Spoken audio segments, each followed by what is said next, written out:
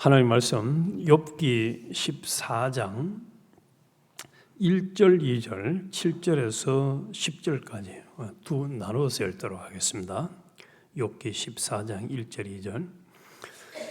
여인에게서 태어난 사람은 생애가 짧고 걱정이 가득하며 그는 꽃과 같이 자라나서 시들며 그림자같이 지나가며 머물지 아니하거늘. 또 7절에서 9절 봅니다. 10절. 나무는 희망이 있나니 찍힐지라도 다시 움이 나서 연한 가지가 끊이지 아니하며 그 뿌리가 땅에서 늙고 줄기가 흙에서 죽을지라도 물기운에서 움이 돋고 가지가 뻗어서 새로 심은 것과 같거니와 장정이라도 죽으면 소멸되나니 인생이 숨을 거두면 그가 어디 있느냐. 아멘. 오늘 아침에는 나무보다 못한 인생, 겟세마네에서 답을 찾다라는 제목으로 같이 나누겠습니다. 나무보다 못한 인생, 겟세마네에서 답을 찾다. 이 욥은 14장에서 인생이 나무보다 못하다고 탄식하는 것을 방금 우리 봤습니다. 그런데 제가 이번에 이 14장과 또 욥기 전체를 묵상하면서 이 질문을 하게 됩니다. 하나님은 항상 기뻐하라 했거든. 항상 기뻐하라.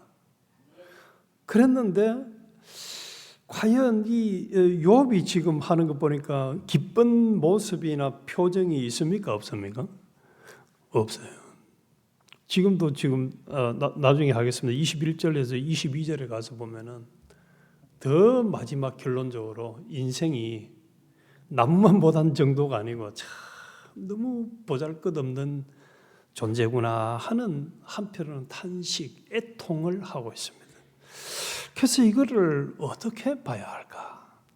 항상 기뻐하라는 말씀과 이 욥의 지금 탄식의 모습과 애탄의 모습을 어떻게 봐야 할까? 이게 숙제였습니다. 그래서 이 욥기 14장은 극심한 고난, 재산, 자녀, 건강의 상실, 또 심지어는 친구들의 정죄 속에서 욥이 토해내는 첫 번째 변론의 최종 결론부입니다. 욥은 인간이라는 존재가 얼마나 유한하고 무력한지를 정직하게 마주하면서 인생이 참 짧고 고되다는 이 탄식을 현실적으로 쏟아냅니다. 그래서 1절, 2절 제가 다시 한번 볼게요. 여인에게서 태어난 사람은 생애가 짧고 걱정이 가득하며 그는 꽃과 같이 자라나서 시들며 그림자같이 지나가며 머물지 아니하거늘. 여기 요 1절을 제가 궁금해서 여러 성경 번역본을 찾아봤습니다. 그렇지만은 그 중에 특별히 눈에 띄는 게 이제 킹 제임스 버전이 Man that is born of a woman is a few days and full of trouble. 그래서 여기 인생이 짧다 우리 개역 개정은 번역을 했는데 킹 제임스 버전은 over few days 며칠간 그렇게 번역을 했더라고. 그리고 full of trouble. 인생의 삶이 골칫거리가 가득 풀. 인생의 짧은 그 기간 동안, 며칠 사는 인생의 기간 동안 full of trouble. 트러블이 가득한 게 인생이라. 트러블이 가득한 거. 아멘이십니까? 저도 아무리 생각해도 그런 것 같아요. 그 짧은 인생인데 트러블이 가득한 거야. 풀 오브 트러블이에요. 풀 오브 트러블.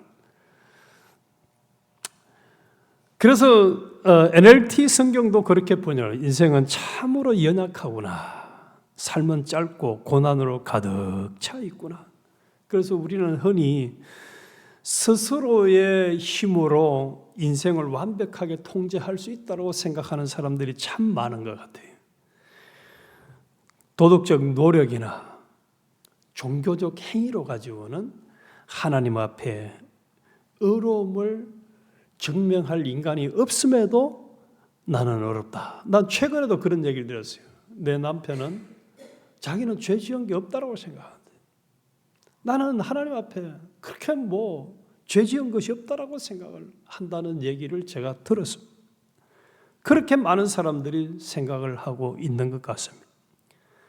그러나 진짜 실상은 이 욥에 고백한 것처럼 나무는 그 7절부터 9절에 나오는 것처럼 나무는 배도 물기가 있으면 다시 자라납니다.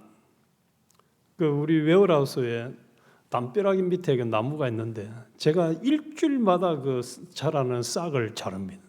이야, 얼마나 잘 자라는지 잘라도 나고 제초제를 치도 나고 쭉 있는데 그놈들이 얼마나 이 욥이 지금 제대로 이야기를 하고 나무는 물기만 있으면 잘라도 또 자라는데 인생은 죽으면은 끝이라. 죽으면 끝이라. 그렇지 않다. 인생은 그렇지 않다. 그래서 한편으로 보면은 이 인간이라는 것은 나무보다도 못하다고 지금 24장에서 욥은 탄식을 하고 있습니다. 그래서 인간은 늘 미래에 대한 두려움과 정죄감 속에서 방황을 하고 있습니다.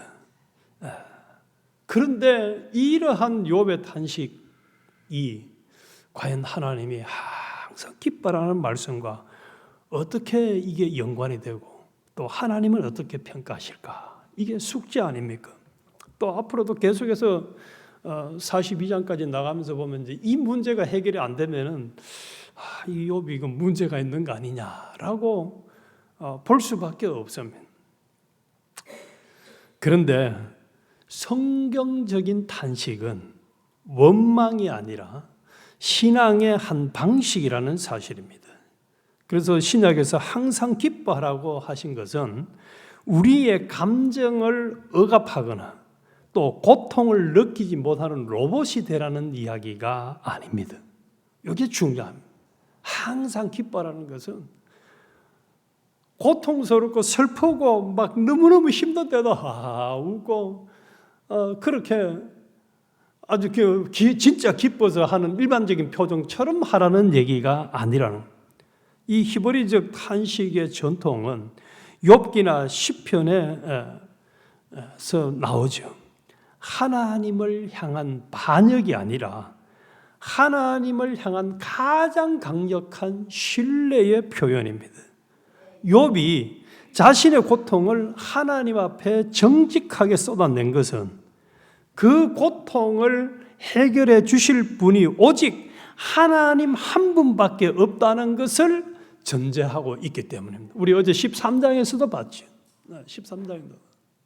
이게 중요한 하나님 앞에 하나님 한 분만이 이 문제를 해결해 줄 수 있습니다 하는 그 기본적인 전제 아래에서 지금 하나님 앞에 이런저런 이야기를 하고 있다는 사실. 그래서 바울이 범사에 감사하라 했을 때에 그가 처했던 상황은 편안한 때가 아니었습니다. 감옥에서 매를 맞으며 너무너무 힘들고 외로운 상황에 있을 때 항상 기뻐하라 이렇게 말씀해요. 그래서 이 말씀은 여기서 감사, 기쁨은 상황에 대한 반응, 기분이 아니라 상황을 주관하시는 하나님에 대한 주권적인 인정. 그래서 계속 성경을 묵상하면 묵상할수록 우리 인간에게 만나는 모든 상황과 현실은 누가 만들어 주신다고 했습니까? 하나님이 만들어 주십니다. 나를 사랑하시고 심지어 그냥 사랑이 아니라 독생자까지 주신 사랑하시는 그분이 만들어 주셨다는 그 전제를 확실하게 온전히 인정함으로 기뻐하고 감사하는 것이지 그 속에 그 내 내면의 근본적인 틀은 거기에 있는 상태에서 이제 욥처럼 하나님 내가 너무너무 힘듭니다. 내가 한편으로 생각해 보니까 이게 나무보다도 인생은 못한 것 같아요. 이런 이야기를. 그러고 인생이 너무 짧아요. 그런데 그것도 트러블로 가득 찼어요. 이렇게 얘기를 한다는 거예요. 이렇게 얘기를 합니다. 그래서 이 욥의 탄식 또한 자신의 비참함에 매몰되어서 하나님을 저주하는 불신앙이 아닙니다. 그 비참함 속에서도 하나님만이 유일한 상대임을 인정하는 치열한 신앙의 과정이라는 사실. 치열한 신앙의 과정. 이 기준을 가지고 다윗을 한번 생각해 보면 다윗도 시편에서 얼마나 많이 계속 이런 시를 쏟아내는지 몰라요. 그래서 단순히 로봇처럼 항상 기뻐, 너 왜 그렇게 기뻐 안 해? 하나님 기뻐했는데 너 상이 울상이네, 죽을 상이네? 이렇게 하면 안 된다는 얘기예요. 문제는 이제 죽을 상을 쓰는데 겉보기는 그 속이 하나님께 대한 인정과 믿음을 가지고 하느냐, 아니면은 하나님은 제껴놓고 진짜 하나님은 나를 버리셨나? 하나님은 왜 나한테 이렇게 원망 섞인 거하고는 다르다는 얘기. 그래서 오늘 이런 문제에 대한 해답을 어디서 찾을 수 있느냐? 겟세마네 동산에서 찾을 수가 있습니다. 이 욥의 탄식과 범사의 감사라는 이 긴장 관계는 오직 예수 그리스도께만 적용되는, 예수 그리스도는 신인 양성 1이시잖아요. 하나님이시면서 인간의 몸을 입으신 분이, 그분에 대한 묵상을 해보면 해답이 정확하게 나옵니다. 예수님은 십자가라는 극도의 고통스러운 상황에서 마태복음 26장 38, 내 마음이 매우 고민하여 죽게 되었으니 라고 해요. 내 몸이 매우 고민하여 죽게 되었다.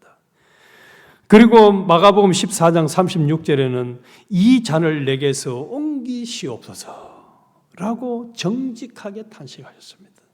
만약에 단순히 그냥 항상 기뻐하라는 그걸 가지고 이렇게 형식적으로 적용을 했다면 예수님은 그 말씀을 불순종한 사람이지. 당신은 신이면서 인간인데 왜 그것도 못 이겨?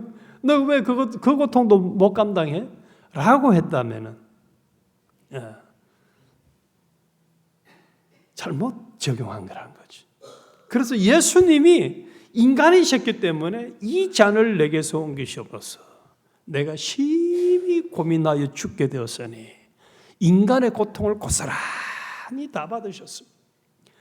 그래서 예수님이 신성을 가지셨음에도 불구하고 인성을 입으셨기 때문에 죽음 앞에서 공포의 좌절스러운 탄식을 회피하지 않았습니다. 회피하지 않았어요. 바로 그 좌절의 탄식을 통과하셨기 때문에 예수님은 우리의 연약함을 채울하시는 대제사장이 되셨습니다. 그래서 욥의 탄식은 장차 오실 예수 그리스도께서 겪으실 겟세마네 탄식을 미리 보여주는 예표와 같습니다. 그래서 이 14장에서 죽음의 절벽 앞에서 겪는 처절한 갈등은 결국 인간의 한계인 죽음을 몸소 겪으시고 부활로 승리하신 예수님만이 해결할 수 있는 영역임을 역설적으로 증명하고 있는 것입니다. 증명하고 있는.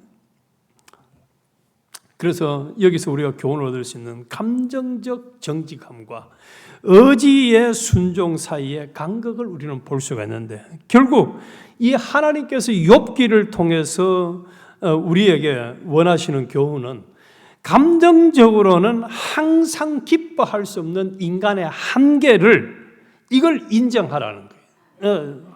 감정적으로 이게 안 되잖아요. 찌르면 아픈데 아야가 나오는데 어떻게 그래서 기뻐 좋아 이렇게 할 수 없다는 걸 인정해라는 거예요.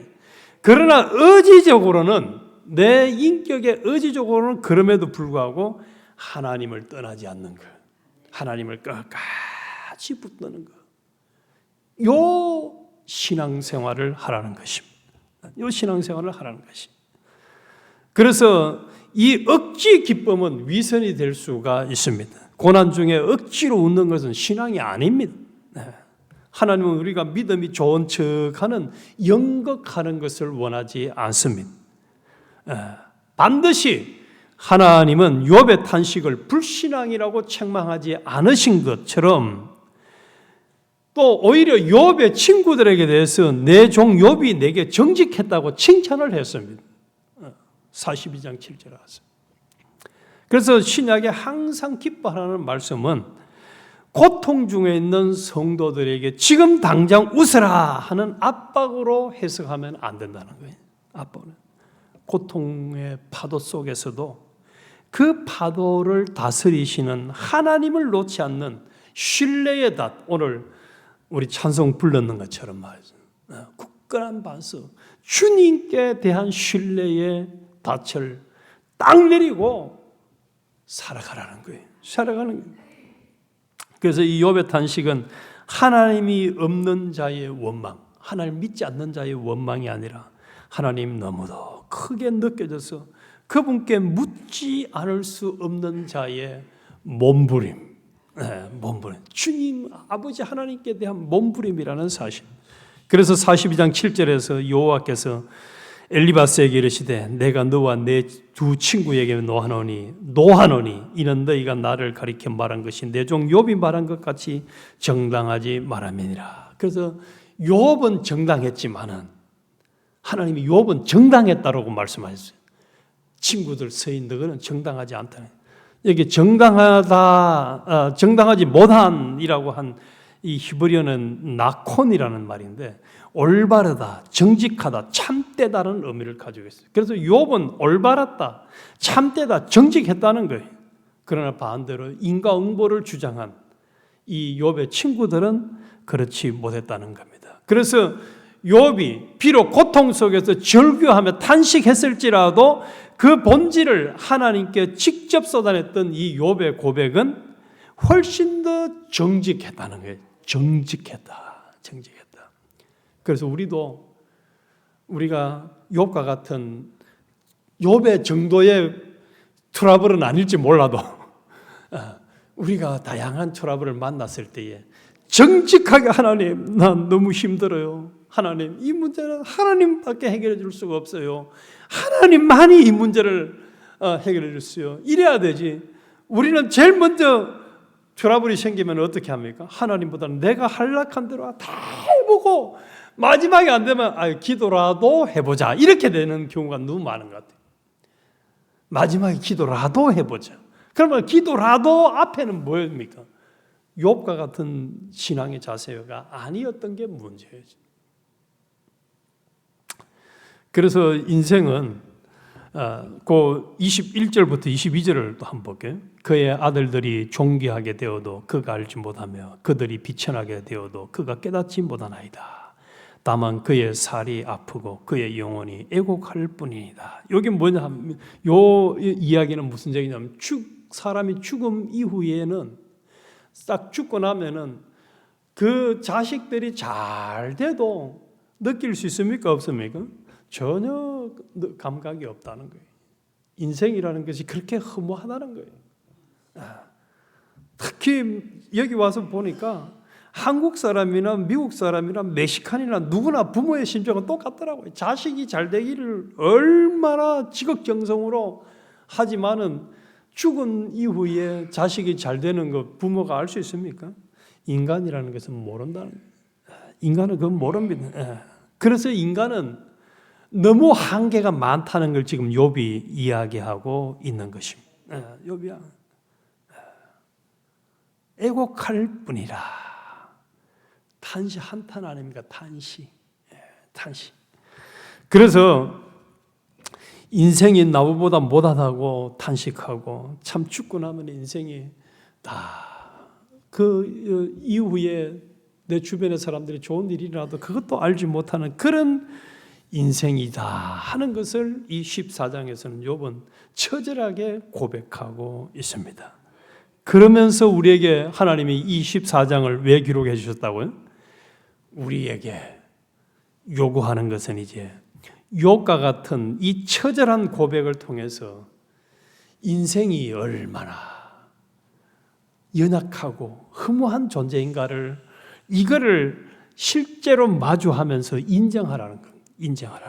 그래서 이 욥의 탄식을 통해서 이 14장을 통해서 오늘 우리가 좀 적용할 것은 이 성경적인 탄식은 불신앙이 아니라 하나님을 향한 가장 정직한 신앙의 몸부림이라는 사실입니다.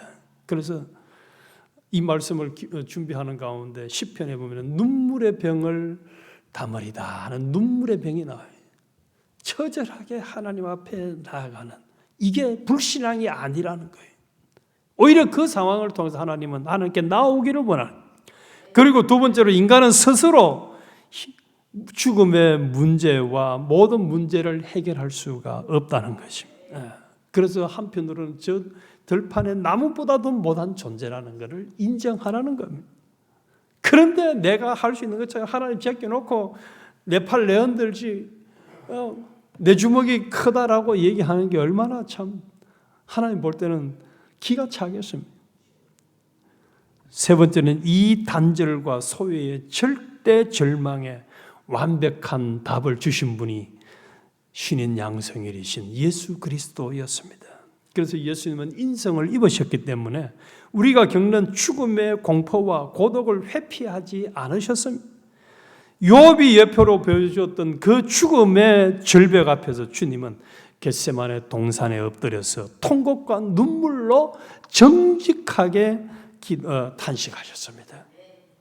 그리고 마침내 십자가에 죽으시고 부활하심으로 말미암아 그 절망스러웠던 죽음의 벽, 단절과 소외의 빗장을 완전히 부수어서 하나님께로 나아갈 수 있는 길을 우리에게 열어주셨습니다. 할렐루야 아닙니까? 그래서 예수 그리스도 안에서 이제 우리는 죽음 이후에도 하나님과 영원히 연결되고 또 사랑하는 이들과 믿음 안에서 영원히 소통하는 이 영원한 산 소망을 가지게 되었다는 사실입니다. 가진 사실. 그래서 우리는 우리의 탄식을 친히 체휼하시고 승리하신 이 겟세마네 동산의 주님, 또 십자가의 주님을 바라보도록 하십시다. 내 감정은 당장 기뻐할 수 없을지라도 내 절망의 파도를 다스리는 하나님의 주권을 우리는 의지적으로 인정하며 믿음의 닻을 내리고 살아가도록 하십시다. 그래서 539장 우리 불렀던 것처럼 아무리 우리가 무서운 바람이 불어오고 절망의 물결이 참 넘칠지라도 우리의 믿음의 닻을 예수 그리스도께 딱 두고 정직한 신뢰의 몸부림을 친다면은 결국은 우리도 주님이 승리하신 것처럼 승리자가 될 수 있을 것입니다. 주님 그렇습니다.